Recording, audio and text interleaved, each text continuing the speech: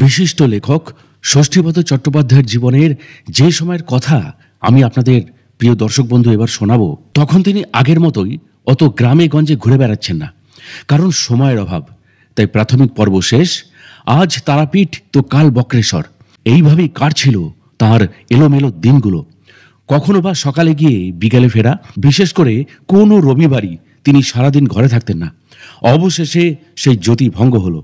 তারাশঙ্কর বন্দ্যোপাধ্যায়ের বড় ছেলে সনৎ কুমার বন্দ্যোপাধ্যায় তার পালিয়ে বেড়ানোর জীবনটাকে সরকারি চাকরির শৃঙ্খলে বেঁধে দিলেন। অবশ্য প্রয়োজনও ছিল, না হলে কোথায় ভেসে যেতেন সেই দিন। যাই হোক, সরকারি চাকরি পেয়ে বেশ গুছিয়ে বসেছেন, মাঝ কারবারে বাঁধা মাইনেও পাচ্ছেন, কিন্তু একটু রাস যে টানতেই হলো। যখন তখন ছটফট করে বেরিয়ে পড়া আর গেল না। ভ্রমণের জন্য শুধু রবিবারটাকে বেছে নিতে হলো। তবে এবার শুরু হলো দূরপাল্লায় ভ্রমণ। লেখক ষষ্ঠীপদবাবু 10 বছর বয়স থেকে বাবা মায়ের সঙ্গে দূরপাল্লায় ভ্রমণ করেছেন। তার মামার বাড়ি ছিল বারাণসীতে। সেখানকার পাঠ পরবর্তীকালে চুকে গেলেও দিদিমা একাই কাশিতে রয়ে গিয়েছিলেন। তাই যখন তখন কাশি যাওয়াটা লেখকের বন্ধ হয়নি। একা ঘোরার সাহস বরাবরই ছিল। এবার আর্থিক সচ্ছলতায় সেটা বেশ বেড়ে গেল। ফলে সুযোগ সুবিধা পেলেই ঘুরে বেড়াচ্ছেন দেশের বিভিন্ন প্রান্তে। হিমালয়ের বিভিন্ন তীর্থস্থানগুলো একাধিকবার তিনি ঘুরে এসেছেন। সে যাই হোক, তাঁর আত্মকাহিনী শোনাবার জন্য এই কাহিনী আজ কিন্তু আপনাদের বলছি না। যেহেতু হিমালয়ের রুদ্র রূপের কথা এর আগের ভিডিওতেই আপনারা শুনেছেন, তাই হিমালয় যে কতটা কৃপালু সেই অভিজ্ঞতাও এবার আপনাদের শোনাবো। কি ছিল অলৌকিক অত্যাশ্চর্য সেই সব ঘটনাগুলি জানতে হলে ও এই চ্যানেলে নতুন হলে এখনই সাবস্ক্রাইব করুন আমাদের সাধক অলৌকিক রহস্য ইউটিউব চ্যানেলটিকে। আর এখন দেখছেন সাধক অলৌকিক রহস্য, বাংলা ভাষায় সাধক জীবনের অলৌকিক ঘটনায় সাজানো অডিও ও ভিডিও লাইব্রেরি। আসুন প্রিয় দর্শক ও শ্রোতা, তাহলে এবার শুরু করা যাক। This channel does not promote any violent, harmful or illegal activities. All content provided by this channel is only meant for educational and entertainment purpose only. লেখক ষষ্ঠীপদ চট্টোপাধ্যায় 24 বছর বয়সে সরকারি চাকরি পেয়েছিলেন। তাদের অফিসে গীতাদি নামে একজন দিদি ছিলেন। তাকে খুবই ভালোবাসতেন। বয়সে তিনি তার থেকে অনেক ছোট বলে তিনি নাম ধরেই ডাকতেন। ভবানীপুর অঞ্চলে তার নিজস্ব বাড়ি। তাদের অফিসে উনি এলডিসি পোস্টে থাকলেও ওর স্বামী ছিলেন কেন্দ্রীয় সরকারের একজন পদস্থ অফিসার। গীতাদের গায়ের রং ছিল মেমেদের মতো ফর্সা, লম্বাটে চেহারা, মুখও লম্বা। সেখানে মাধুর্যের কোনো বালাই ছিল না। অন্য মেয়েরা আড়ালে বলতো ঘোড়ামুখী। চির রুগ্না বলে গীতাদির গায়ের ফর্সা রং হলেও ছিল ফ্যাকাশে। কোনো সন্তানই ছিল না গীতাদির, সেজন্য আক্ষেপও ছিল তার খুব। অবশ্য একজন নারী হিসাবে সেটা খুবই স্বাভাবিক। স্বামী স্ত্রীর উপার্জনের অত টাকা তাদের অবর্তমানে ভোগ করবে কে? এখন কথা হচ্ছে, মানুষের চেহারা নিয়ে, তার প্রতিবন্ধকতা নিয়ে কোনো কিছুই মনে করতে নেই। সর্বজীবী ঈশ্বরের সৃষ্টি। তিনি কাকে কিভাবে সৃষ্টি করবেন তা তো তিনিই জানেন। সুন্দর অসুন্দরের ব্যাপারটা তার নিজের হাতে। আমরা সাধারণ মানুষ এ ব্যাপারে কী বা করতে পারি? তবুও সবার মন তো একরকম নয়, সুন্দরও নয় সকলে। যারা অসুন্দর তারাও সমালোচনা করতেন গীতাদির। কেউ কেউ নাক মুখ ছিটকে বলতেন, এই মেয়েটাকে কি দেখেই যে পছন্দ করেছিলেন ওর স্বামী, কে তা জানে। এখন কথা হচ্ছে, গীতাদির শরীর সম্পর্কে এত কথা বলছেন লেখক ষষ্ঠীপদ চট্টোপাধ্যায় কেন? বলছেন এই কারণেই যে এই সব কথা না বললে এই কাহিনী আপনাদের কাছে তুলে ধরার কোনো প্রয়োজনই ছিল না। সেদিন অফিসে যাওয়ার পর গীতাদি হঠাৎই একজনকে দিয়ে ডাকিয়ে পাঠালেন লেখক ষষ্ঠীপদবাবুকে। তিনি তখন বসতেন 3 তলায়, গীতাদি 6 তলায়। হাতে কয়েকটা জরুরি ফাইল ছিল বলে লেখক তখনই যেতে পারলেন না। কাজ সেরে টিফিনের সময় গেলেন। গীতাদি সিটে বসে অপেক্ষা করছিলেন তার জন্য। ঘর প্রায় ফাঁকাই বলতে গেলে। লেখক ঘরে ঢুকতেই গীতাদি হাসি মুখে বললেন, এই কদিন ধরেই তোমার কথা খুব মনে হচ্ছিল আমার। হঠাৎ? লেখক বললেন। গীতাদি বললেন, বলবো, সেই জন্যই তো ডাকিয়ে আনলাম তোমাকে। তুমি আবার সব দিন অফিসে আসো না, কখন যে কোথাও বেড়াতে চলে যাও তা কে জানে। হয়তো শুনবো কাশিতে দিদিমার কাছেই চলে গেছো। তা খবর নিয়ে জানলাম তুমি এখানেই আছো, আজ অফিসে এসছো। আগে তুমি বসো, তারপর বলছি। লেখক ষষ্ঠীপদ চট্টোপাধ্যায় একটা চেয়ার টেনে নিয়ে গীতাদির মুখোমুখি বসলেন। গীতাদি বললেন, অনেক ভাবনা চিন্তা করে দেখলাম এ কাজ তোমার দ্বারাই সম্ভব, কারণ সবাইকে তো সব কথা বলা যায় না। লেখক বললেন, কি কথা বলুন? গীতাদি বললেন, তুমি আমাকে খুব শান্তিতে মরবার একটা উপায় বলে দিতে পারো? গীতাদির মুখে এমন কথা শুনবেন লেখক তো আশাও করেননি। তাই তিনি বললেন, হঠাৎ এমন মৃত্যুর চিন্তা করছেন কেন? গীতাদি বললেন, কারণ আছে ভাই। কবির কবিতায় আছে, মরিতে চাহি না আমি সুন্দর ভুবনে, তবে আমার কাছে এই ভুবন মোটেই সুন্দর নয়। এখন তুমি একটু চিন্তা ভাবনা করে সহজে মৃত্যুর একটা উপায় আমাকে বলে দিও। লেখক ষষ্ঠীবদ্ধবাবু বললেন, সমস্যায় ফেললেন। গীতাদি বললেন, মোটেই সমস্যা নয়, আমাকে এই কাজে সাহায্য করতে একমাত্র তুমিই পারবে। কেননা তুমি লেখক মানুষ, অনেক বুদ্ধি রাখো। এবার ষষ্ঠীবদ্ধবাবু বিষয়টাকে হালকা করে দেওয়ার জন্য হেসে বললেন, পারবো, খুব সহজ পন্থা। বেশ কতগুলো ঘুমের ওষুধ খেয়ে রাত্রিবেলা বিছানায় শুয়ে থাকলে টেরও পাবেন না কখন আপনি ঊর্ধ্বলোকে পৌঁছে গেছেন। তা হঠাৎ করে এমন শখ কেন? গীতাদির চোখগুলো ছলছলিয়ে উঠল। বললেন, কারণ আছে ভাই। ঈশ্বর আমাকে এমন একটা শরীর দিয়ে পৃথিবীতে পাঠালেন যে কেউ ভুলেও আমার মুখের দিকে তাকায় না। ষষ্ঠীবদ্ধবাবু বললেন, ওটা আপনার সম্পূর্ণ ভুল ধারণা। আপনার মুখ হয়তো চিত্র তারকাদের মুখের মতো নয়, তবু কুৎসিত তো নন। তাছাড়া এই সেকশনে অন্য যেসব মেয়েরা কাজ করে তারা কি সবাই সুন্দরী? এবার আরো বলি, আপনার অমন রূপবান স্বামী, তিনি তো আপনার এই মুখ দেখেই আপনাকে বিয়ে করেছেন। গীতাদি বললেন, ওটাই আমার পরম প্রাপ্তি। ওর মতো মানুষ সত্যি হয় না। আমার এমন রোগগ্রস্ত শরীর দেখেও উনি কারোর দিকে তাকান না।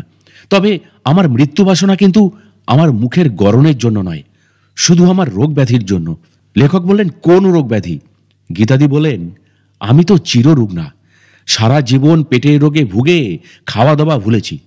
অম্বল অজীর্ণ আমার নিত্য সঙ্গী। ইদানিং জল খেলেও অ্যাসিড হয়, যখন তখন গা গুলোয়। হাত পা মুখ সবই ফুলছে, কাজকর্মেও মন লাগে না। শুধু একলা ঘরে শুয়ে বসে কি করব, তাই অফিসে আসি, না হলে কবেই ভিআরএস নিয়ে নিতাম। তাই ভাবছি, এইভাবে তিল তিল করে মরে যাওয়ার চাইতে একেবারে মরে যাওয়াই ভালো। তোমাকে ডাকলাম এই কারণেই যে তুমি আমাদের অফিসার ডাক্তার সরকারের কাছে রোজই যাও। ওর সঙ্গে পরামর্শ করে একটু পটাশিয়াম সায়ানাইড আমাকে এনে দিতে পারো? শিউরে উঠলেন লেখক ষষ্ঠীপদবাবু। বললেন, এই জিনিস উনিই বা পাবেন কোথায়, আর পেলেও আমাকে দেবেন কেন? গীতাদি বললেন, তা অবশ্য ঠিক, তবে একটা কাজ করতে পারো। বেশ কড়া ধরনের কোনো ঘুমের ওষুধ তুমি লিখে নিয়ে এসো। ষষ্ঠীপদবাবু বললেন, তাও উনি লিখে দেবেন না। গীতাদি বললেন, সে কথাও ঠিক। উনি হয়তো ভাববেন তুমি হয়তো কোনো কারণে মানসিকভাবে বিপর্যস্ত হয়ে কিছু একটা করে ফেলতে চাইছো। তারপর একটু চুপ থেকে বললেন, আসলে ব্যাপারটা কি জানো? সুইসাইড না করা ছাড়া এই কষ্টের হাত থেকে মুক্তি পাওয়ার আমার আর অন্য কোনো উপায় নেই। মরতে আমাকে হবেই, তবে রেলে মাথা দিয়ে, গায়ে আগুন দিয়ে ও গলায় ফাঁস দিয়ে নয়। যন্ত্রণার ওপর যন্ত্রণা আমি সহ্য করতে পারবো না। তাই বলি, বেশ কড়া ধরনের কয়েকটা ঘুমের ওষুধের নাম তুমি জেনে আমাকে লিখে দাও না। এই উপকারটা যদি তুমি আমায় করে দিতে পারো, তাহলে বুঝবো সত্যি তুমি আমাকে দিদির মতোই ভালোবাসো। তোমার ঋণ আমি কখনো শোধ করতে পারবো না, তবে কিনা ব্যাপারটা গোপন রেখো। ভুলেও কারোর কাছে গল্প করো না। আমিও এই ব্যাপারে আলোচনা করব না কারোর সঙ্গে। তখন টিফিনের সময় বলে স্টাফদের সংখ্যা খুব কম ছিল সেই অফিসে। এই সব আলোচনা করতেও তাদের খুব একটা অসুবিধা হলো না। এমন সময় খাবারওয়ালা রবি এলে গীতাদি বেশ কয়েকটা রসগোল্লা কিনে লেখককে খেতে দিলেন। এমন একটা অস্বস্তিকর পরিস্থিতির মধ্যে পড়বেন লেখক তা কখনো ভাবতেও পারেননি। গীতাদি কি সত্যিই মরতে চান, না সাময়িক উত্তেজনার বশে এইসব ভাবছেন, তা কে জানে। তবু খেতে খেতেই লেখক বললেন, গীতাদি, মৃত্যু অবধারিত। জন্ম নিলেই মৃত্যু হবে, এ সবই উপরওয়ালার ইচ্ছাধীন। কাজেই কেন এ কাজ করতে যাবেন আপনি? আত্মহত্যা মহাপাপ। গীতাদি বললেন, তাহা তো জানি।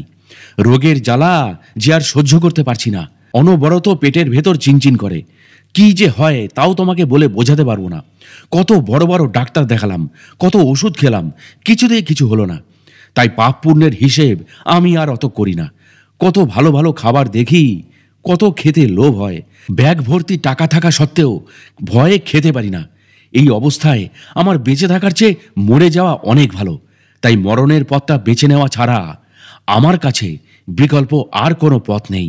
লেখক ষষ্ঠীপদবাবু বললেন, কাউকে আত্মহত্যার প্ররোচনা দেওয়া কখনোই উচিত নয়, কারণ সেটাও এক ধরনের পাপ। তবুও বলি, আত্মহত্যার জন্য এমন একটা পথ আমি আপনাকে বাতলে দেব যে এতে আপনিও মুক্তি পাবেন, কোনো পাপও হবে না। শুধু তাই নয়, মৃত্যুটাও হবে আরামদায়ক।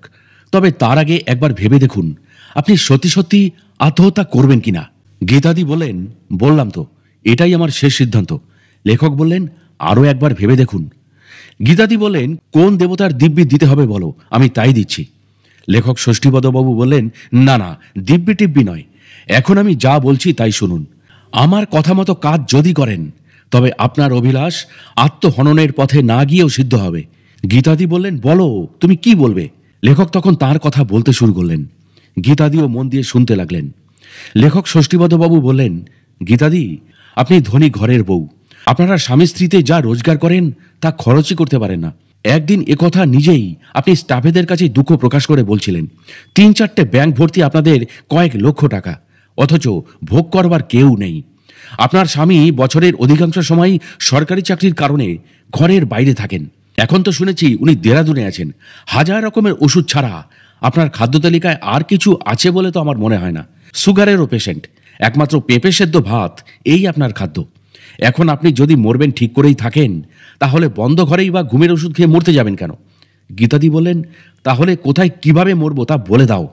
লেখক বললেন, আমি যেমনটি বলবো ঠিক তেমনটি আপনি করবেন। গীতাদি বললেন, বলোই না তুমি। লেখক বললেন, এখনো বলছি, আপনি সত্যিই যদি আত্মহত্যার সংকল্প করে থাকেন, তাহলে পৃথিবী থেকে বিদায় নেবার আগে আপনার অসমাপ্ত কাজ যা কিছু আছে তা চট জলদি শেষ করে নিন। তারপর দেরাদুন এক্সপ্রেসে হরিদ্বারের একটা 3 টায়ার বার্থ রিজার্ভ করুন। আমি যেটুকু জানি তা হলো জীবনে একবারই আপনি বিয়ের পর পুরীতে বেড়াতে গিয়েছিলেন। গীতাদি বললেন, একবার দেওঘরেও গিয়েছিলাম। ভালো কথা। লেখক বললেন, তাই সুইসাইডের সংকল্প করায় আপনার হরিদ্বারটাও ঘোরা হয়ে যাবে। হরিদ্বারে থাকার জায়গা প্রচুর আছে, সেখানে মাত্র 3 দিন থাকবেন। রোজ সকালে ঘুম থেকে উঠে 2টো বিস্কুট আর 1 কাপ চা খেয়ে নেবেন। তারপর এদিক ওদিক ঘুরে বেড়াবেন উদ্দেশ্যহীনভাবে। একটু বেলায় গরম জিলিপি, কচুরি আর সিঙ্গারা খাবেন মনের আনন্দে। তারপর ব্রহ্মকুণ্ডের ধারে গিয়ে মথুরাওয়ালার হালুয়া খেয়ে ঘরে ফিরবেন। দুপুরে বাঙালিদের হোটেলে ভাত, ডাল, তরকারি সবই খাবেন আকণ্ঠ পুরে। বিকেলে চা বিস্কুট, সন্ধ্যায় আবার মথুরাপুরীর হালুয়া, রাতে গরম রুটি, ডাল, তরকা অথবা বেগুন ভর্তা, তারও পরে 250 গ্রামের রাবড়ি, সেই সঙ্গে 6টা কি 8টা প্যাঁড়া খেতেই হবে। ওই 3 দিনে যত পারবেন মনের সুখে সবই খাবেন, পারলে আরো বেশি করে খাবেন। গীতাদি বললেন, তুমি কি পাগল হয়েছ? আমি হচ্ছি পেট রোগা মানুষ, অত আমার সহ্য হবে কেন? লেখক বললেন, গীতাদি, সহ্য যাতে না হয় আমি তো তাই ব্যবস্থাই করছি। কিন্তু তুমি তো পাগলের মতো কথা বলছো। গীতাদি বললেন। লেখক বললেন, মৃত্যু অবধারিত, তাই শেষে মৃত্যুটাকে ডেকে আনতে পারা কি পাগলামি নয়? আপনি তো হরিদ্বারে বেড়াতে যাচ্ছেন না মরতে যাচ্ছেন? মরবার আগে আশা মিটিয়ে খেয়ে মরবেন না। আরও একটা কথা, কোনো ওষুধপত্র সঙ্গে নেবেন না কিন্তু। গীতাদি বললেন, তারপর? লেখক বললেন, বলছি।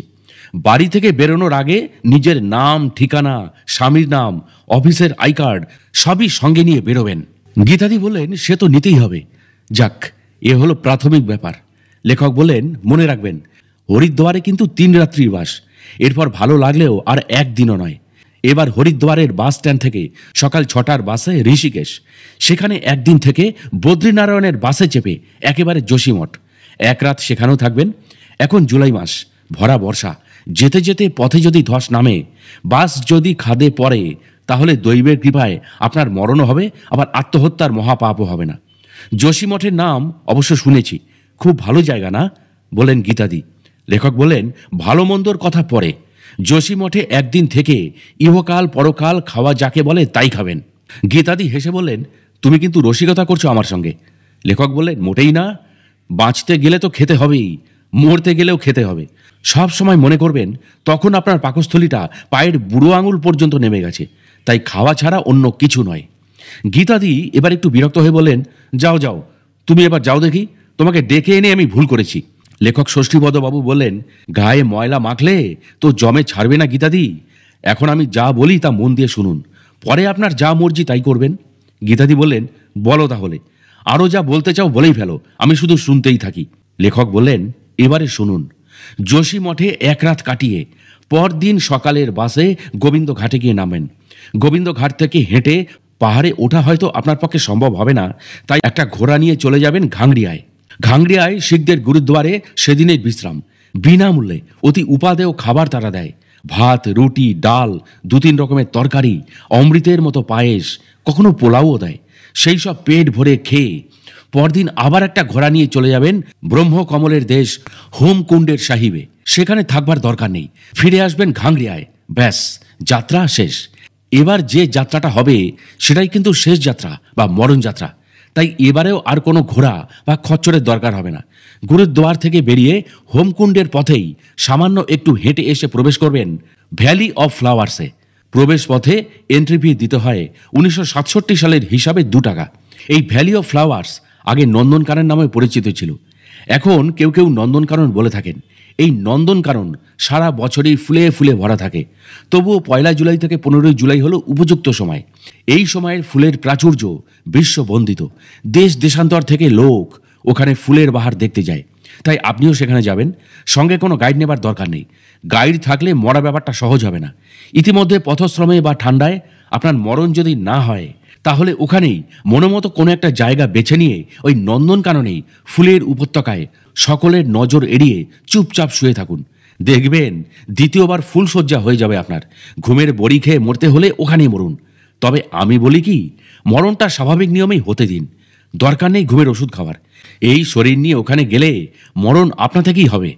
গীতাদি বলেন, ওখানে গিয়েও যদি মরণ না হয়, লেখক বললেন মরবার আরও জায়গা আছে। ঘুমের ওষুধ চট করে খাবেন না। ঘন্টা 2 শুয়ে বসে থাকার পরেও যদি মরণ না আসে, অর্থাৎ বরাত জোরে যদি আপনি বেঁচে যান, তাহলে সেই রাতটা ঘাংরিয়ায় কাটিয়ে পরদিন গোবিন্দ ঘাটে এসে বদ্রীনারায়ণের বাস ধরুন। নারায়ণ ক্ষেত্রে গিয়ে কোনো হোটেল, ধর্মশালা অথবা পাণ্ডার বাড়িতে থেকে বদ্রীনাথকে দর্শন করুন। পরে তপ্তকুণ্ডে গা মাথা ডুবিয়ে অনেকক্ষণ ধরে স্নান করুন। এরপর জীবনের শেষ খাওয়া খেয়ে সোজা চলতে থাকুন মানা গ্রামের দিকে। সেখানে ব্যাস গুম্ফা, নারদ গুম্ফা দর্শন করে ভীমপোলে সরস্বতীর প্রপাত দেখুন। এখানেই শেষবারের মতো 1 কাপ চা খেয়ে সঙ্গে ঝুলিতে রাখা পেঁড়া চিবোতে চিবোতে এগিয়ে চলুন বসুধারার দিকে। বাঁ দিকের পথ ধরে যাবেন না, কারণ সেটা মহাপ্রস্থানের পথ। ওখানে গেলে সেনাবাহিনীর লোক বাধা দেবেই। তাই সোজা বসুধারার পথেই চলুন। প্রবাদ আছে, বসুধারার জল পাপী লোকের গায়ে পড়ে না। প্রবাদ প্রবাদী, আমি তা মনে করি না। কারণ যে মুহূর্তে আমি বদ্রীনাথের পথে প্রবেশ করলাম, স্বর্গের নদী অলকানন্দের জল মাথায় নিলাম এবং বদ্রী বিশালকে দর্শন করলাম, সেই মুহূর্তেই আমি সর্বপাপ মুক্ত হয়েছি বলে মনে করি। সে যাই হোক, আপনি হাড় কাঁপানো প্রচণ্ড ঠান্ডায় বসুধারার জলে স্নান করলে ওইখানেই মরবেন। তাতেও যদি মৃত্যু না হয়, তাহলে সিক্ত দেহে ওই পথ ধরে অলকাপুরীর দিকে ক্রমশ এগিয়ে চলুন। বেশি দূর আপনাকে যেতে হবে না। খানিক পরেই হাত পা এমনিতেই অবশ হয়ে যাবে। তখনই হবে সত্যিকারের মোক্ষ লাভ। ওদিকে এগোলেই একসময় ধূপ করে পড়বেন আর মরবেন। কোনো ঘুমের ওষুধই আপনাকে খেতে হবে না। আত্মহত্যা নামক মহাপাপও স্পর্শ করবে না আপনাকে। তাই আমার মতে বলে মরলে নন্দনকাননের ফুলশয্যায় অথবা হিমালয়ের চিরতুষারাবৃত স্থানেই স্বেচ্ছা মৃত্যু বরণ করুন। নশ্বর দেহটা হিমালয়েই আপনি রাখুন। গীতাদি লেখক ষষ্ঠীপদ বাবুর দিকে একভাবে চেয়ে রইলেন কিছুক্ষণ। তারপর বলেন, সত্যি দারুণ একটা উপায় বাতলে তো দিলে তুমি। স্বেচ্ছা মৃত্যুকে যদি বরণ করে নিতেই হয়, তো কলকাতার ভবানীপুরে কেন, হিমালয়তেই মরব। কতবার তোমার মুখে গল্প শুনে ঠিক করেছি অন্তত একবার হরিদ্বার যাব। তা এতদিনে মরণকালে যে সেই আশা পূর্ণ হবে তা আমি ভাবতেও পারিনি। সত্যি তো, মরবই যখন, তখন ঘরের 4 দেওয়ালের মধ্যে কেন, হরিদ্বারে অথবা নন্দনকাননেই মরি। ঠিক আছে, তোমার কথা মতো আমি চূড়ান্ত সিদ্ধান্ত নিলাম। আর একদিনও দেরি করব না। এখন চেষ্টা করে দেখি কবেকার টিকিট পাই। লেখক ষষ্ঠীপদবাবু বললেন, জুলাই আগস্ট মাসে টিকিটের চাহিদা খুব বেশি হয় না, কেননা এই সময় বেড়াতে কেউ যায় না। তাই দিন একটা স্থির করে চলে যান, টিকিট পাবেনই। গীতাদি বলেন, আমি যাবই। এরপর গীতাদির কাছ থেকে বিদায় নিয়ে লেখক ষষ্ঠীপদবাবু তার কাজের জায়গায় চলে এলেন। গীতাদিকে যা কিছু বললেন তা রসিকতা করেই। তিনি ভালো রকমভাবেই জানেন গীতাদিও মরবেন না, যাবেনও না কোথাও। দেখতে দেখতে প্রায় 1.5 মাস কেটে গেল। গীতাদির কথা মনেই ছিল না লেখক ষষ্ঠীপদ চট্টোপাধ্যায়ের। হঠাৎ একদিন দুপুরে ডাক পড়ল গীতাদির ঘরে। মনে মনে তিনি হাসলেন। গীতাদি আবার কোন পথ বাতলে দিতে বলেন কে জানে। কিন্তু আশ্চর্য, গীতাদির ঘরে লেখক গিয়ে দেখলেন সে এক অন্য পরিবেশ। দপ্তরের অন্যান্য সহকর্মীরাও তাকে দেখা মাত্রই ওই তো এসে গেছে বলে হৈ হৈ করে উঠল। ব্যাপারটা কি বোঝার আগেই গীতাদি এসে লেখকের 2টি হাত ধরে বললেন, ভাই রে, তোমার ঋণ আমি জন্ম জন্মান্তরে শোধ করতে পারবো না। তোমার কৃপায় আমার অমূল্য জীবন রক্ষা হলো। আমি আর মরতে চাই না ভাই। এখন আমি অনেক অনেক দিন বাঁচতে চাই। তুমি আমার চেয়ে অনেক ছোট। গুরুর মতো উপদেশ দিয়ে তুমি আমার যে উপকার করলে তাতে আমার পুনর্জন্ম হলো। কি সুখের সন্ধান যে তুমি দিলে ভাই, তা আমি আর কি বলবো। প্রতিমাদি বলে একজন দিদি ছিলেন। তিনি বললেন, আরে ও কি জাতা ছেলে, বাবা বিশ্বনাথের কাশির জল পেটে নিয়ে ঘুরে বেড়ায়। ও এই বয়সে সারা ভারত ও চষে ফেলেছে, হিমালয় তো ওর ঘর বাড়ি। লেখক তখনও বুঝে উঠতে পারছেন না ব্যাপারটা কি, তাকে নিয়ে এত হইচই কেন। শুধু দেখতেই পাচ্ছেন গীতাদি আর আগের গীতাদি নেই। শরীরের আমূল পরিবর্তন হয়েছে, গায়ের ফর্সা রং লাল আভায় ভরে গেছে, হাসলে টোল পড়ছে গালে, সেই ফ্যাকাশে ভাবটা একদমই নেই, ফোলা ভাবও দূর হয়েছে। রোগাটে ভাব কেটে সুস্বাস্থ্যে ঝলমল করছেন গীতাদি। লেখক ষষ্ঠীপদবাবু বললেন, ব্যাপারটা কি, এ কি পরিবর্তন? গীতাদি বললেন, বলবো বলবো সব বলবো। বলে দুটো পেঁড়া তার হাতে দিয়ে বললেন, এ তোমার হরিদ্বারের পেঁড়া, এখনই খাও। কবে আপনি হরিদ্বার গেলেন, কবেই বা ফিরলেন? আমি তো কিছুই জানি না। গীতাদি বলেন, ঠাকুরকে ডাকতে ডাকতে আসছি, তোমার সঙ্গে যেন দেখা হয়। তুমি তো সবসময় থাকো না, কখন কোথায় চলে যাও। পেঁড়াগুলো না হলে খারাপ হয়ে যাবে, তাই অফিসে এসেই জেনে নিয়েছি তুমি আজ এসেছো কিনা। জীবন আমার ধন্য হয়ে গেছে ভাই। তার চেয়ে বড় কথা, আমি সম্পূর্ণ রোগমুক্ত হয়েছি, এখন আমার কোনো অসুখ নেই। বলে তিনি লেখকের দিকে তাকিয়ে একটু হাসলেন। লেখক বললেন, নিঃসন্দেহে এটা একটা ভালো খবর। গীতাদি বললেন, সেই যে সেদিন তুমি আমাকে হরিদ্বারে যাওয়ার কথা বললে, আমার মনও সাই দিল তোমার কথায়। ভাবলাম সত্যি তো, ঈশ্বরের ইচ্ছায় মরণ যদি হয়, সে তো কোথায় কখন কিভাবে মরবো তা তো জানি না। আমি যখন স্বেচ্ছামৃত্যু নিতে চাইছি, তখন হিমালয়ে দেহটা রাখা ঠিক। নন্দন কাননে ফুলের উপত্যকায় ফুলশয্যায় শুয়ে মৃত্যু কজনের ভাগ্যে হয়। তাই তোমার কথাতেই নেচে উঠলাম আমি। সেদিন অফিস থেকে বাড়ি ফিরে সারা রাত ধরে চিন্তা ভাবনা করলাম, তারপরেই সিদ্ধান্ত নিলাম, না আর দেরি নয়, হরিদ্বারেই আমি যাব। তবে একা যাব না, কি জানি দৈবের কথা তো বলা যায় না। মরতে গিয়েও যদি মরতে না পারি তখন কি হবে? আমার বাড়িতে ভারতী নামে এক দিদি থাকেন, তাকেও সঙ্গে নিলাম। ভারতীদির কোনো চুলোই নেই, উনি আমার দেখাশোনা করেন। রান্না করা থেকে বাসন মাজা সব কাজ উনি করেন, একেবারেই ঘরের লোক, নিজের দিদির মতো। তাই হরিদ্বারে যাবার জন্য তাকেও সঙ্গে নিলাম। রবীন্দ্র সদনের কাউন্টার থেকে দুন এক্সপ্রেসের টিকিট কাটলাম দুটো, 3 টায়ার বার্থ। যাওয়া মাত্রই 3 দিনের মাথায় সাইড লোয়ার আপার দুটো টিকিটই পেয়ে গেলাম। কেন এবং কি জন্য যাচ্ছি ভারতীদিকে তা একবারও বলিনি। তবে ওর কাছে বেশ কিছু টাকা দিয়ে রেখেছিলাম, আমার হঠাৎ কিছু হয়ে গেলে বা সত্যি মারা গেলে যাতে উনি কোনোভাবে ফিরে আসতে পারেন। এরপরে হরিদ্বারে নেমে আমি ভোলাগিরির ধর্মশালায় উঠলাম। তোমার কথা মতো যা খেতে মন চেয়েছে তাই খেয়েছি, কোনো দ্বিধা না করে। কেননা আমি তো মরবার জন্যই গেছি, খেয়েছি আর ঘুরেছি। রোজ ব্রহ্মকুণ্ডে স্নান করেছি, সন্ধ্যার গঙ্গায় আরতি দর্শন করেছি, বাঙালিদের হোটেলে পেট ভরে ভাত তরকারি চাটনি দম ভর খেয়েছি, বিকেলে রুটি তরকারি রাবড়ি পেঁড়া আঁশ মিটিয়ে খেয়েছি, মিনিটে মিনিটে জল খেয়েছি, গেলাসের পর গেলাস। আশ্চর্য ব্যাপার, অত সব খাওয়ার পরও আমার পেটের কোনো প্রবলেম হয়নি। অম্বল অজীর্ণ কোথায় চলে গেল, পেটের গোলমালও দূর হয়ে গেল একেবারেই। আমি যে আর 5 জনের মতোই সুস্থ মানুষ তা সেই প্রথম অনুভব করলাম। যা খাই তাই হজম হয়ে যায়, খিদেও পায়। তুমি 3 দিন আমাকে থাকতে বলেছিলে হরিদ্বারে, আমি মোট 7 দিন ছিলাম।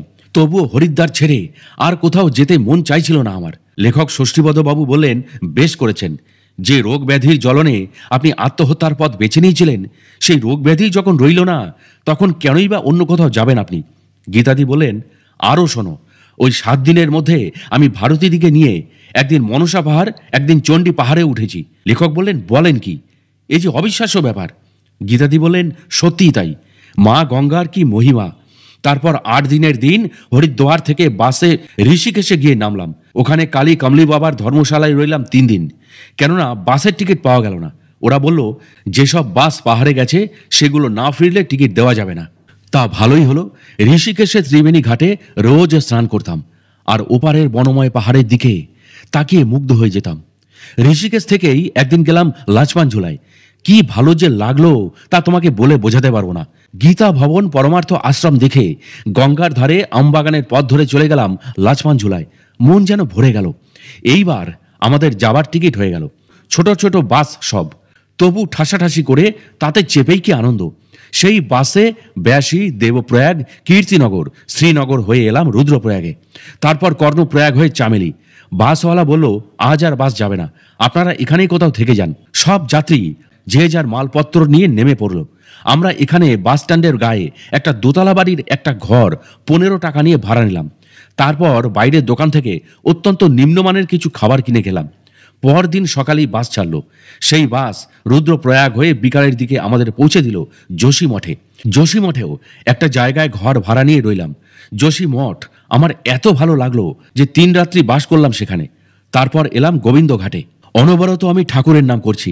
উনি শক্তি দিয়েছেন বলেই তো আমি এই স্বর্গরাজ্যে প্রবেশ করতে পারলাম। প্রকৃতি যে কত সুন্দর তা এখানে না এলে বোঝাই যেত না। গাড়োয়াল হিমালয় হেমকুণ্ডের সৌন্দর্য অতুলনীয়। এখানে এসে তোমার কথা আমার মনে হচ্ছিল বারবার। তুমি না পথ দেখালে এই রমণীয় সৌন্দর্যের দেশ অদেখাই থেকে যেত এই জীবনে। সত্যি বাইরে না বেরিয়ে ঘরেই যদি ঘুমের ওষুধ খেয়ে মরতাম তাহলে কি ভুলই না করতাম আমি। গোবিন্দঘাটের গুরুদ্বারায় আমরা হালুয়া প্রসাদ পেয়ে চা খেয়ে আমাদের নাম লেখালাম রাত্রিবাসের জন্য। ওরা খুব ভালো ব্যবহার করলেন আমাদের সঙ্গে। এরপর 50 টাকায় দুজনের 2টো ঘোড়া দিয়ে দিলেন হোমকুণ্ড সাহিব যাবার জন্য। প্রথমটা খুব ভয় ভয় করছিল, পরে মনে সাহস সঞ্চয় করে উঠে বসলাম ঘোড়ার পিঠে। তোমার এই ভ্যালি অফ ফ্লাওয়ার্সের পাশ দিয়ে গেলাম। অনেক পরে ওপরে উঠে হোমকুণ্ড দর্শন করে নেমে এলাম। সঙ্গে করে নিয়ে এলাম বেশ কয়েকটি ব্রহ্মকমল। সেদিন দুপুরে এবং রাতে দারুণ খাওয়া দাওয়া হলো গুরুদ্বারে। এখানকার দোতলায় আমাদের থাকবার ব্যবস্থা হয়েছিল। লেপ কম্বল সবই দিয়েছিলেন ওরা। কাজেই কোনো অসুবিধা হয়নি, তবে শীত ছিল হাড় কাঁপানো। যাই হোক, পরদিন গুরুদ্বারে চা খেয়ে বাইরের দোকানে সামান্য জলযোগের পর পায়ে হেঁটেই রওনা হলাম ভ্যালি অফ ফ্লাওয়ার্সের দিকে। প্রবেশ পথ দিয়ে যখন দুজনে এগোচ্ছি তখন একজন এসে আমাদের বললেন, কোনো দিকে বাঁকবেন না, সোজা যাবেন। প্রথম 3 কিলোমিটার ফুল তেমন পাবেন না, তারপর দেখবেন ফুলের উপত্যকা কত রমণীয়।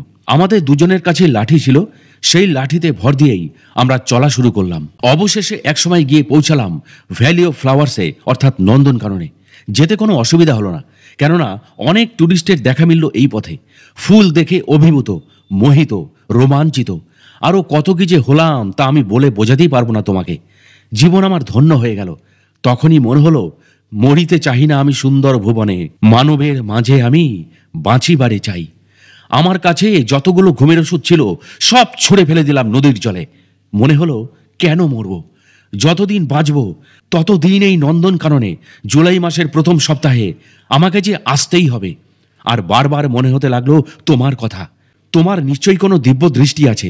তুমি জানতে মরতে আমি ভয় পাই, তাই সুখের মৃত্যু চেয়েছিলাম। যে ভয় পায় সে কখনো স্বেচ্ছা মৃত্যু বরণ করতে পারে না। তাই তুমি আমাকে কাশী, গয়া, বৃন্দাবন, মথুরায় না পাঠিয়ে হিমালয়ে পাঠিয়েছ। তুমি জানতে এই সব জায়গায় জলের জন্য আমি রোগমুক্ত হতে পারবো। তুমি বিয়ে করে ঘর সংসার করো, তার ভেতরে আমার যদি স্বাভাবিক মৃত্যু হয় তো আমি তোমার মেয়ে হয়ে আসব। ভ্যালি অফ ফ্লাওয়ার্স থেকে নেমে আবার গোবিন্দ ঘাটে এসে 1 রাত রইলাম। পরদিন সকাল হতেই রওনা হলাম বদ্রীনারায়ণের পথে। যেসব বাস যোশী মঠে রাতে ছিল সেই সব বাসেই রওনা হলাম। যেতে যেতে মনে হলো এই একই যাত্রায় কেদারনাথে গেলেও হতো, কিন্তু উপায় নেই। মরবো বলে এসেছিলাম, তাই টাকা খুব কমই নিয়ে এসেছি। 400-500 টাকা শুধু দিয়ে রেখেছি ভারতীয়দের হাতে। যদি আমি সত্যিই আত্মঘাতী হই তাহলে ও যাতে বাড়ি ফিরে যেতে পারে তাই। কিন্তু আত্মহত্যা আমি করব কেন? যে রোগের বা অসুস্থতার কারণে মরতে এসেছিলাম সেই হরিদ্বারের জল পেটে পড়তেই যখন আমি নিরাময় হলাম তখন আমি মরব কেন বলো তো? যাই হোক, এক সময় আমরা বদ্রীনারায়ণে পৌঁছালাম। সেখানে আমরা কোনো হোটেলে বা ধর্মশালায় উঠিনি। ধীরেন ভট্ট নামে এক পান্ডার বাড়িতে উঠলাম। অলকানন্দার পুল পার হয়ে নারায়ণ পর্বতের কোলে বদ্রীনারায়ণ মন্দিরের বাঁ দিকের কলিপথ ধরে ধীরেন ভট্টর বাড়িতে গেলাম। খুব ভালো পান্ডা। আমাদের দুজনে থাকার জন্য একটা ঘর দিলেন। সেখানে পুরু গদি, মোটা লেপ সবই ছিল, তাই দারুণ আরাম পেলাম। ঘরে মালপত্র রেখে তোমার কথা মতো উষ্ণকুণ্ডে গেলাম স্নান করতে। কি প্রচণ্ড গরম সেই জল, তবু তাতেই দেখলাম কত লোক স্নান করছে। ভারতীদি স্নান করতে সাহস করলেন না। আমি প্রথমে পায়ের চেটোটা ডুবিয়ে বসে রইলাম, তারপর হাঁটু পর্যন্ত রোবালাম। প্রথমটা উত্তাপে যেন জ্বলে উঠল সব। তারপর কি আরাম! ফোলা পা অনেকাকেই কমে গিয়েছিল। এখন সালফারযুক্ত গরম জলের প্রভাবে তা একেবারেই স্বাভাবিক হয়ে গেল। তারপরে কোমর পর্যন্ত নেমে হাতে করে গায়ে গরম জল ছিটিয়ে একসময় নারায়ণ বলে তেরে একটা ডুব দিলাম। প্রায় 40 মিনিট ওই জলে থাকার পর যখন আমি উপরে উঠে এলাম তখন আমার মনে হলো সেই আমি আর এই আমি এক নই। আমি যেন অন্য এক মানবী। তপ্ত কুণ্ড থেকে ওঠার পর হাড় কাঁপানো ঠান্ডায় সারা শরীর যেন অবশ হয়ে এলো। তাই ভারতী দিকে ধরে অনেকক্ষণ স্থির হয়ে দাঁড়িয়ে রইলাম। এরপর পঞ্চতীর্থ দর্শন করলাম। এই 5টি তীর্থ হলো 5টি কুণ্ড, যেমন ঋষিগঙ্গা, কুর্মধারা, প্রহ্লাদ ধারা, তপ্তকুণ্ড ও নারদ কুণ্ড। তারপর দর্শন করলাম 5টি শিলা। একজন ব্রাহ্মণ আমাদের সবকিছু বুঝিয়ে দিলেন। তপ্তকুণ্ড ও নারদ কুণ্ডের মাঝে আছে নারদ শিলা, নারদ শিলার কাছে অলকানন্দার গায়ে বরাহ শিলা, তারপর নৃসিংহ শিলা, মার্কণ্ড শিলা ও গরুর শিলা। আমি প্রত্যেকটি শিলাকে স্পর্শ করে ও কুণ্ডগুলির জল মাথায় নিয়ে ধন্য হলাম। স্নানের শেষে আরও একবার বদ্রীনারায়ণকে দর্শন করে ফিরে এলাম পাণ্ডার ঘরে। সারাটা দিন যে কি আনন্দে কাটলো তা আমি তোমাকে ভাষায় প্রকাশ করতে পারবো না। অগণিত লোক সমাগমে বদ্রীক্ষেত্র গমগম করছে।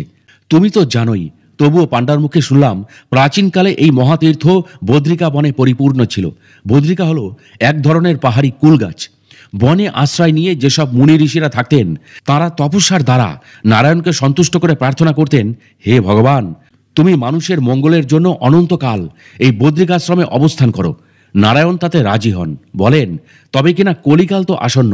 কলিকালে মানুষেরা মহা অন্ধকারে থাকার ফলে আমার দিব্যরূপ দর্শন করতে পারবে না।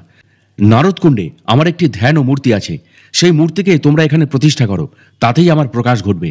ঋষিরা তাই করলেন। বিশ্বকর্মা নির্মাণ করলেন মন্দির। এখন যে মন্দির লয়প্রাপ্ত হয়েছে। নারদ হলেন পুরোহিত। অলকানন্দের তীরে যে নারদশিলা আছে, শীতকালে এই মহাতীর্থে তুষারে ঢাকা পড়লে নারদ এসে ওই শিলায় বসে ধ্যান করেন। আরও কত কাহিনী শোনালেন তিনি, তা শুধু শুনেই গেলাম, কিছুই মনে নেই। আমরা দুজনে একটু বিশ্রাম না নিয়ে বদ্রিকা ক্ষেত্রের সর্বত্র অলকানন্দার এপার ওপার ঘুরে বেড়াতে লাগলাম। কত তীর্থযাত্রী, কত দোকানপাট, কত কিছুর মেলা বসে গেছে। ভাগ্য ভালো আমাদের, আকাশ পরিষ্কার, মেঘ বৃষ্টিও নেই। যা নাকি এই সময় আশাই করা যায় না। হিমালয়ের 10,224 ফুট উঁচুতে এমন রমণীয় স্থান যে থাকতে পারে তা আমার কল্পনাতেও ছিল না। সারাটা দিন ধরে শুধু অলকানন্দার জলকল্লোল শুনেছি, আর একবার করে দর্শন করেছি বদ্রিকা শিলাকে। সেদিন রাতে পাণ্ডা ঠাকুর আমাকে 108 টাকার আটকে বাঁধলেন। সব টাকা উনি নিলেন না, মাত্র 25 টাকা নিলেন। বলেন বছরে বছরে ওর পাঠানো লোকেরা বাড়ি বাড়ি গিয়ে টাকা নিয়ে আসবেন। আর আগামীকালের ভোগ প্রসাদের জন্য 5 টাকা হিসাবে দুজনের জন্য 10 টাকা নিলেন। এই ভোগ প্রসাদ পরের দিন দুপুরেও মিলবে। রাতে পাণ্ডার দেওয়া রুটি, ডাল, সবজি, মিষ্টি খেয়ে লেপের তলায় ঢুকলাম। কি ভারী লেপ, আর মনে হচ্ছে যেন ভেজা ভেজা। তা হোক, সঙ্গে নিজেদের শালকম্বল তো ছিলই, তাই চাপা দিয়ে শুয়ে পড়লাম। রাতে মাঝে মাঝেই অক্সিজেনের অভাবে কষ্ট হতে লাগলো খুব। পরে আবার ঠিকও হয়ে গেল। পরদিন সকালে ঘুম ভাঙল মন্দিরের ঘণ্টা ধ্বনির সঙ্গে। বাইরে তখন বহুযাত্রীর কণ্ঠস্বর।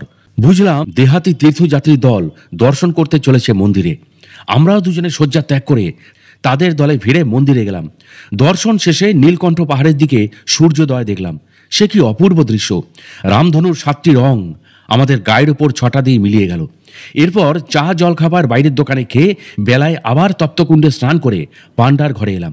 দুপুরে পেট ভর্তি কত কিছু উপাদেয় প্রসাদ আমরা পেলাম, তার স্বাদ এখনো যে ভুলতে পারছি না। সেই দিনটাও আমরা বদ্রী নারায়ণেই রইলাম। পরদিন সকালে মন্দিরের পাশ দিয়ে যে রাস্তা, সেই রাস্তা দিয়ে ধীরে ধীরে এগিয়ে চললাম ব্রহ্মকপালের দিকে। ব্রহ্মকপাল হলো ব্রহ্মার কপাল। কি নির্জন! এই ব্রহ্মকপালে পিণ্ডদান করলে পিতৃপুরুষের অনন্ত মুক্তি ঘটে। অস্থি বা চিতাভস্ম ছুঁয়ে অলকানন্দায় ভাসিয়ে দিলে পুনর্জন্ম হয় না। কিন্তু আমার তো ছেলে মেয়ে নেই, ভারতীদেরও তাই। সেই জন্য দুজনেই আমরা ব্রহ্মকপালে মাথা ঠেকিয়ে প্রার্থনা করলাম, হে ব্রহ্মকপাল, সামান্য চিতাভস্ম বা অস্থির পরশে যদি জীবনের পুনর্জন্ম ঠেকানো যায়, তাহলে রক্তমাংসের শরীর নিয়ে এই যে দুজনে আমরা এখানে এসে তোমাকে স্পর্শ করলাম, এর দ্বারা যেন আমাদের সেই একই ফল লাভ হয়।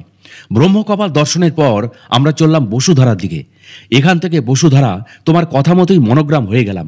তুমি তো বলেইছ ভারতের শেষ গ্রাম এটি, কিন্তু গিয়ে হলো বিপদ। এই যে সেনাবাহিনীর লোকেরা আমাদের বাধা দিল, কেননা যোশীমঠ থেকে ইন্টারলাইন পারমিট দেখাতে না পারলে। গীতাদির কথা শুনে লেখক ষষ্ঠীপদ বাবু বললেন, ঠিকই, ওই কথাটা অবশ্য আপনাকে বলতে আমার ভুল হয়ে গিয়েছিল। যাই হোক, তারপর গীতাদি বলেন, নারায়ণ সহায় ওই সেনাদলে একজন বাঙালি সৈনিকও ছিলেন। তিনি আমাদের দুজনের নাম ধাম লিখে যাবার অনুমতি দিলেন। আমরা মনোগ্রামে অলকানন্দ সেতু পার হয়ে ওপারে গেলাম। তুমি তো জানো ওখানে একটি প্রয়াগ আছে। অলকানন্দা আর সরস্বতীর সঙ্গমে কেশব প্রয়াগ। সঙ্গমের সে কি জলগর্জন, যেন কান পাতাই দায়।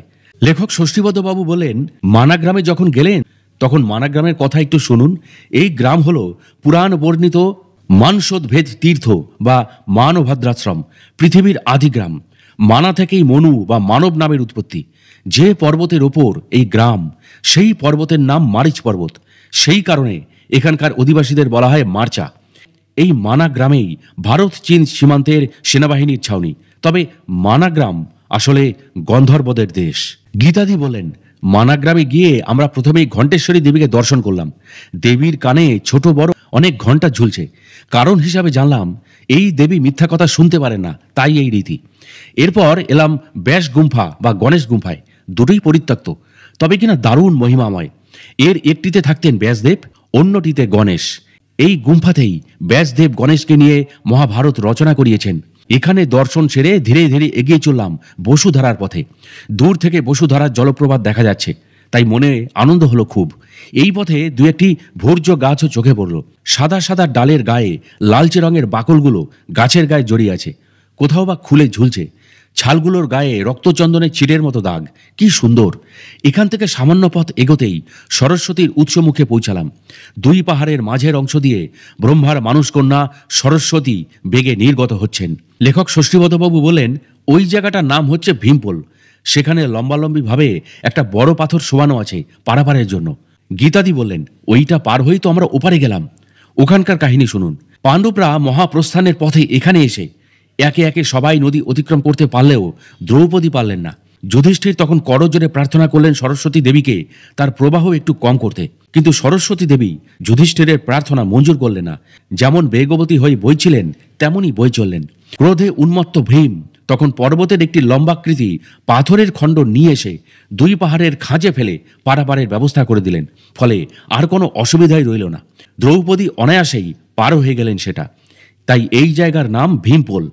বিদায়কালে যুধিষ্ঠির সরস্বতীকে অভিশাপ দিয়ে যান, তোমার দর্প চূর্ণ হবে, গতিও হারিয়ে যাবে। হলো তাই। অবতরণের মুখে সরস্বতী অলকানন্দায় বিলীয়মান হলেন। তারপর পাঞ্জাবে উৎপন্ন ইলাহাবাদের কাছে প্রয়াগ সঙ্গমে মিলিয়ে গেলেন। শেষমেশ আবু পাহাড়ে আবার আবির্ভূতা হয়ে বিলীন হলেন প্রভাসে, হিরণ্য ও সমুদ্রের সঙ্গমে। এমনকি বাংলার মাটিতেও গতিকে অব্যাহত রাখতে পারলেন না। গীতাদি আবারও বলতে লাগলেন, এরপর শুরু হলো আমাদের কঠিন পথ চলা। সে কি দুর্গম পথ! এক পাশে অলকানন্দা, সামনে তুষারাবৃত পর্বতমালা, পিছনে মানাগ্রাম, আর মাথার ওপর সুনীল আকাশ। অজস্র নুড়ি পাথর ছড়ানো পথ, পদে পদে পা হরকে যায়। তবুও তার উপর দিয়ে সাহসে ভর করে এগিয়ে চললাম আমরা। একেবারেই জনমানবহীন পথ। কোনো যাত্রী কোথাও চোখে পড়ল না। পথ চলতে খুবই কষ্ট হলো। একটা করে লাঠি নিয়ে আসা উচিত ছিল আমাদের, আনিনি। তাই 5 মিনিটের পথ যেতে সময় লাগলো 15 মিনিট। খানিকটা যাওয়ার পর একটা গুহাকৃতি পাথরের খাঁজে বসে হাঁপাতে লাগলাম আমরা। বেশ কিছুক্ষণ দম নিয়ে আবার যাত্রা শুরু করলাম। অবশেষে একসময় গিয়ে পৌঁছালাম বসুধারায়। অলকানন্দার সে প্রপাত দেখে মন ভরে গেল। সঙ্গে আলাদা শাড়ি গামছা নিয়ে যেতে ভুলে গিয়েছিলাম, তাই স্নান না করেই প্রপাতের জলই মাথায় নিলাম। কত উঁচু থেকে পড়ছে জল, কি সুন্দর ধারা! লেখক ষষ্ঠীবদ্ধবাবু বলেন, এই স্থানটি হল অষ্টবসুর তপস্যার স্থল।